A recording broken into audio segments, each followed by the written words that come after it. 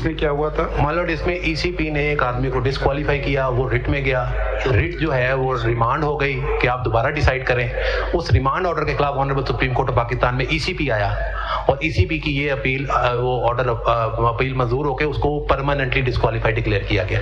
Permanently? जी मालूम। इन view of the fact circumstances, page 589 मालूम, para number 19।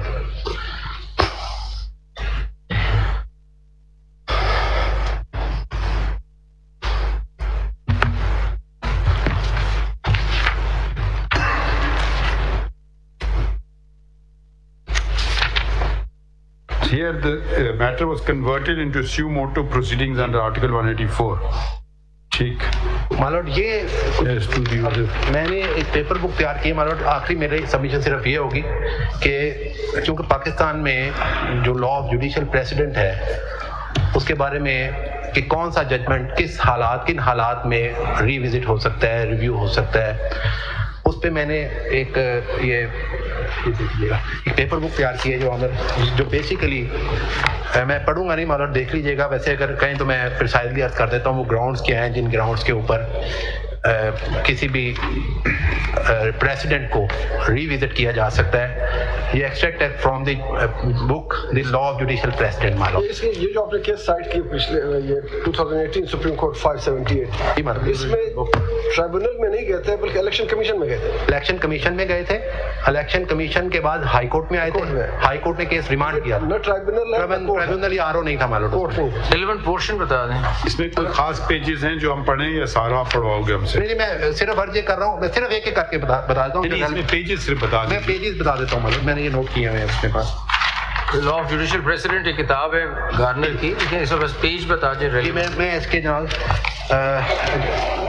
पहला पेज है मालूम, पेज 3 मालूम देख लीजिएगा, नोट फॉर्मा ले, बाकी बाद में पेज 3 बता। ये है approval acceptance and recognition of a judgment. ये मैंने अर्ज किया कि कितनी अप्रूवल, पेजेस बता दें। पेज नंबर 3 मालूम इस पेपर बुक। पेज नंबर 9 है मालूम, आउट क्रिटिसिज्म एंड डिसअप्रूवल। ठीक है। पेज नंबर 40 है मालूम, 40 पल्पेबली रॉन्ग डिसीजन। ये पढ़िए नहीं, बस ठीक बता दें, हम खुद पढ़ लेंगे। 9 then 48 my lord, 48 then 56 my lord. आप वो सारे चैप्टर्स ही बता रहे हैं ना? जी बेसिकली वो रेलेवेंट चैप्टर जो हैं वो मैंने 56 एंड देन पेज नंबर 13 पे भी माय लॉर्ड ये इसका वो क्योंकि दूसरे सब्जेक्ट है, पेज 13 भी रेलेवेंट है इसका। देन 18।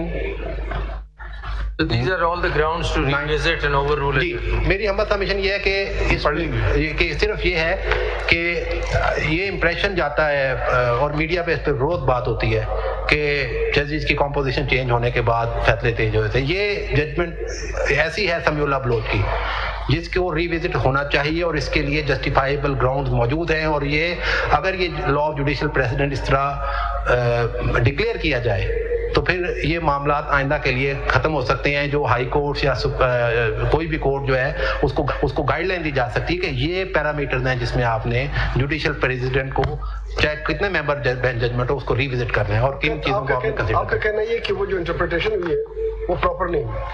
मेरा कहना यह है कि वो प्रॉपर नहीं हुई और उसको रिविजिट करने के लिए ये ग्राउंड सफिशिएंट ग्राउंड हैं जिनको रिविजिट किया जा सकता है। प्रॉपर अगर अटेंड नहीं किया तो क्या वो जजमेंट इनक्यूरी है? सिर्फ प्रॉपर अटेंड ना करना काफी नहीं है, उसके साथ पल्पेबली रॉन्ग डिसीजन होना, अप्रूवल ना होना उसी जजमेंट का सेम कोर्ट से, क्रिटिसिज्म आना from the court and outside the court, legal scholars का, पार्लियामेंट की तरफ से डिसअप्रूवल आना, ये सारी चीजें कंसीडर होके और फिर स्टेट डिसाइसिस का प्रिंसिपल कहाँ उसकी वैल्यू, मतलब कॉन्स्टिट्यूशन इंटरप्रिटेशन में स्टेट डिसाइसिस जो है वो इतना फोर्स नहीं रखता। स्टैट्यूटरी इंटरप्रिटेशन में स्टेट डिसाइसिस बहुत फोर्स रखता है, लेकिन जहाँ कॉन्स्टिट्यूशन इंटरप्रिटेशन होगी वहाँ उसका स्टेट डिसाइसिस की इतनी ज्यादा फोर्स नहीं है, क्योंकि कॉन्स्टिट्यूशनल अमेंडमेंट एक मुश्किल काम है और सुप्रीम कोर्ट अपना अगर समझे कि हमसे रॉन्ग हुआ है उसको करेक्ट कर सकती है। स्टारी डिसाइसिस का प्रिंसिपल शायद हमने अभी supreme court practice and procedure act में जिक्र किया है, पता नहीं आपने पढ़ा है या नहीं पढ़ा? मैंने 3 जजमेंट्स पढ़ी हैं, योर ऑनर की पढ़ी है, जज साहब की पढ़ी है, एंड जस्टिस अभी नहीं आई, अभी जनाब की आपने पहले ही पढ़ी नहीं जनाब की दवाई नहीं, वैसे माशाल्लाह you've argued very well. I'm grateful. Have you argued before a larger bench before of this strength or no? Or this is your first experience? 5-member bench के सामने आर्गू किया। चले okay, we appreciate your very precise, and I would request others also to be very focused and precise. I'm grateful. So thank you for your. We will take a short break, and so Aji Bhandari sir, we will come back. Well, if I can just make a request, I don't claim any preferential right of audience. We'll hear you. My lord, because I have to, for personal and professional reasons, I have to be back in Lahore, and the motorway closes because of the fog. That's also an issue. So if your lordship can, if you've heard all this, probably they have reduced your Mr. Khurram and Mr. Usman have reduced your work. So just more precise as you can be. I'm in the happy position of not representing anyone, just representing myself. So and you are in the unhappy position of not being paid. not being paid. That is true, my lord. Grateful. So we will return after a while. ठीक है? अब ये सब भी मौजूद है जी। So we'll hear. आगे resume तो ऐसा करते हैं, we will hear you last. जी मैं आखिर में आऊँगा, but we resume at 2 or 2:15. नहीं, at least 2:15. It may be even longer. Mikey can be heard first. Ji, we hear Mr. Bhandari, then we'll hear Mr. Faisal Siddiqui, and then we'll hear you. And in the meantime, ये दे दीजिए इनको, पता नहीं इन्होंने देखा है. Another amicus has submitted a note. तो वो अगर किसी के पास नहीं पढ़ना चाहे वो पढ़ लें. Thank you everyone. एक छोटी सी सबमिशन मैं करना चाहता हूँ. There is another serious question of law in this case, and that is with regard to the applicability of Article 63(1)(h). मेरी अपील्स में जो 63(h) के जी कन्विक्शन अगर हो जाए और 2 साल की हो तो वो डिस्क्वालीफाई होता है जब तक वो 5 साल का टाइम लैप्स नहीं होता।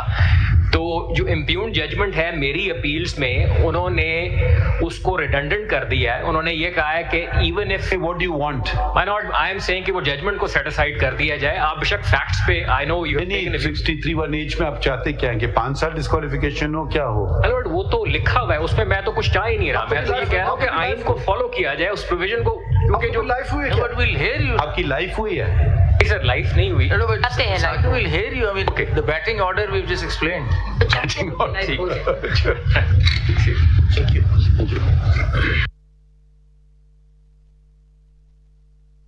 सुप्रीम कोर्ट में आर्टिकल 62(1)(f) के तहत ताहयात नाअहली केस की समाअत चीफ जस्टिस ने वकील से मुकालमा करते हुए कहा कि आर्टिकल 62(1)(f) में नाअहल मुद्दत कहाँ पर है? जब 62(1)(f) के तहत ट्रिब्यूनल नाअहल नहीं करता तो सुप्रीम कोर्ट कैसे कर सकती है?